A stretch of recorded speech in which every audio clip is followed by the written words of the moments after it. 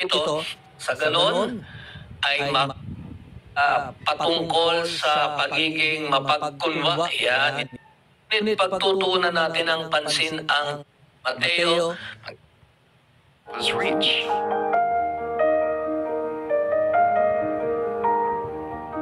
And they all have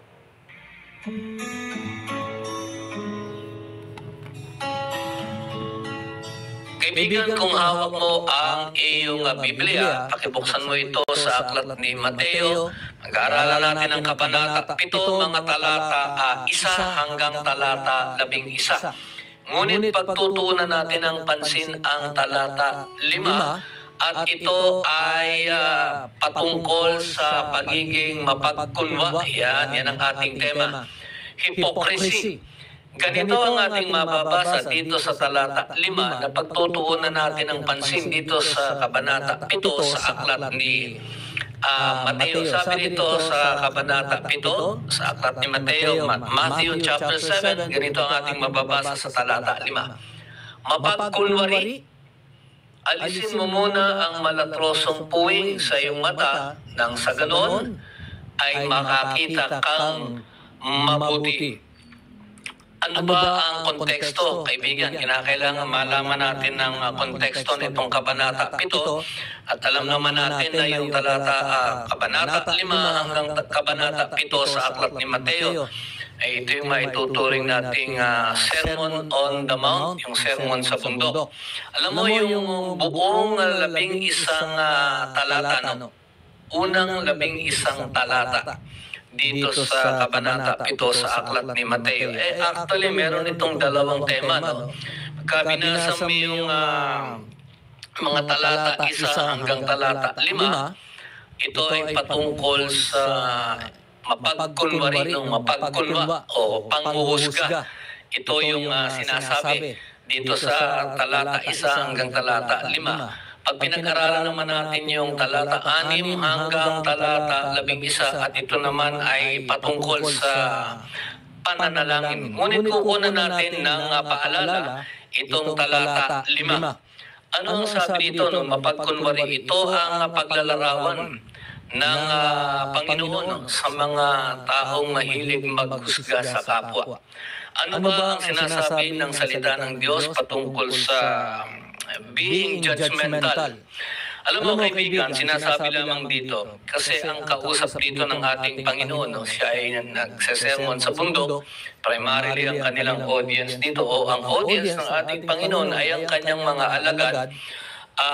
When he was declaring kanyang sermon on the mount, in the hearing also of a multitude. Yun ang sinasabi natin dito.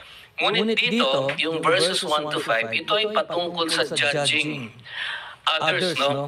Alam mo kasi ang sinasabi ng Panginoon dito, ito ay patungkol sa habitual judging kasi may mga kapwa tayo na ganyan ang kanilang ginagawa, no, sa kanilang kapwa. They have the habit of judging people. At dito, sinasabi nga lang ng ating Panginoon na suriin natin ang ating sarili bago tayo humusga sa ating kapwa. Sapagkat sinasabi nga rito sa mga unang 5 talata, wala tayong karapatang maghusga, ano man ang ating dahilan. At higit sa lahat, no, wala tayong karapatang ay magbigay ng payo sa kapwa natin kung ang ginagawa natin ay tulad rin ng ating ipinapayo sa ating kapwa. No? Parang ganito yan, ano? Hindi ka pwedeng magpayo sa kapwa mo na sa isang ganitong bagay na ganoon din ang iyong ginagawa. Sabi nga ng Panginoon, bakit pa nakikita niyo yung puwing sa mata ng inyong kapwa? Samantalang merong nakaharang na troso, sabi nga nung malatrosong puwing sa iyong mga mata. Tanggalin mo muna yan. Ibig sabihin ng Panginoon, suriin mo muna ang iyong sarili bago mo husgahan ang iyong kapwa. At dito, simple lang yung ating pinag-aaralan dito. Hindi tayo dapat nanguhusga sapagkat ang Panginoong Diyos lamang ang maghuhusga sa atin. This is all about the discernment. Pagka binasa mo yung verses 1 to 5, this is all about the discernment, no? Yung pag-iintindi. Sa halip ituring na tayo ay mas magaling sa ating kapwa na itinuturing natin ang ating sarili na hindi tayo nagkakamali.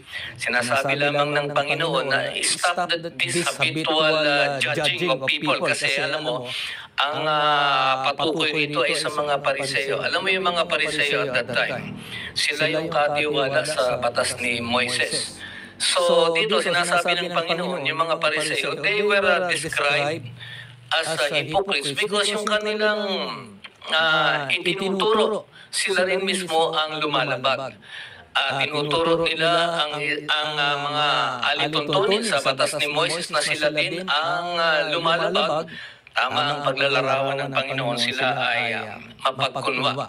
At alam mo, ito ay angkop sa atin sapagkat kinakailangan nating siya sa atin ang ating motibo sa paghuhusga sa kapwa. Pero inuulit ko, hindi tayo dapat naghuhusga sa ating kapwa. Hindi dahil hindi natin gusto ang ating kapwa, ay kung ano-ano ang ginagamit nating paglalarawan para sa kanila. Higit sa lahat kung tayo ay hinuhusgahan natin sila. Hindi natin dapat hinuhusgahan ang ating kapwa. At alam mo kaibigan, kung tayo man ay huhusga ng ating kapwa, husgahan natin ang mga maling bagay na kanilang ginagawa. Ganon yun. Pwede tayong, sabi nga, pwede tayong magalit sa kasalanan at dapat lang. No, dapat tayong nagagalit sa kasalanan at maging yung sa paghuhusga sa ating kapwa. Ito naman ay pwede kung ang hinuhusgahan natin ay yung maling ginagawa ng ating kapwa. Para sinasabi mo, no, kaibigan, hindi ko gusto ang iyong ginagawa. Mali ang ginagawa mo, yun, pwede yun. No? Sa larangan ng paghuhusga, o maaaring sa larangan ng pagwiwika. Dapat nating husgahan yung mga maling ginagawa ng ating kapwa. Yun ang sinasabi dito sa ating tinutunghayan. Tulad nga ng mga Pariseo at that time, ang paghuhusga nila sa kapwa ay pagpapakita ng galit. Dahil bakit? Sapagkat yung ginagawa nila nung kanilang kapwa ay ginagawa din nila. Kumbaga sa nagagalit sila sa ginagawa ng kanilang kapwa Hudyo. Ngunit ganoon din naman ang kanilang ginagawa. Kinasusuklaman nila, kumbaga saan ay kinasusuklaman nila yung kanilang sarili dahil nakikita nila na ginagawa ng kanilang kapwa yung ginagawa nila. Alam mo kaibigan, hindi natin dapat palakihin. Sinasabi lamang dito, we are not to magnify ang kasalanan ng kapwa natin o punahin ang pagkakamali nila upang maitaas lamang ang ating sarili. Nabanggit nga, tama ang paglalarawan ito ay isang uri ng pagkukunwa. Alam naman natin sa mata ng Diyos lahat naman tayo ay nagkakamali. Husgahan muna natin ang ating sarili bago natin husgahan ang ating kapwa o dapat hindi natin ginagawa yun. Tignan muna natin ang ating sarili. Siyasatin natin ang ating sarili, tignan natin kung ano ang ating mga pagkukulang sa harap ng ating Panginoon. At dito, tinuturuan din tayo na matuto rin tayong magpatawad sa kakulangan ng ating mga kapwa. Yun yung sinasabi natin dito, hindi yung kinakailangan huhusgahan natin sila o kaya ay kumbaga sa ituturing natin ang ating sarili na tayo ay mas magaling kaysa sa kanila, bagkus tayo ay tinuturuan mula sa salita ng Diyos ng kababaang loob. Matuto rin tayong magpatawad kung halimbawa naman sa atin sila na nagkulang. Ito ang nais ng ating Panginoon. Para sinasabi rito sa atin, magpakatotoo tayo sa ating sarili, huwag tayong maghusga ng ating kapwa. Siyasatin muna natin ang ating sarili bago natin punahin o sitahin, ika nga o palakihin ang pagkukulang ng ating kapwa. Diyos lang ang may karapatang humusga. Kaibigan, tayo ay pinaalalahanan patungkol sa isang utos na hindi tayo dapat naghuhusga sa ating kapwa. At pagka pinag-aralan mo yung verses 6 to 11 naman, ito naman ay patungkol sa paglapit sa Panginoon, sa ating mga pangangailangan. And the manner by which God would answer our prayers is by going to Him and asking ang ating Panginoon na siya ay tulungan na tayo sa ating mga pinagdaraanan. So, basically dito sa verses 1 to 11, dalawang aral ang ating makukuha. Hindi tayo dapat naghuhusga sa ating kapwa. Yan ay isang pagpapakita ng pagiging mapagkunwa. At dito, yung the other succeeding verses, tinuturuan tayo na anuman ang ating pangangailangan, ito ay ating idulog sa ating Panginoon.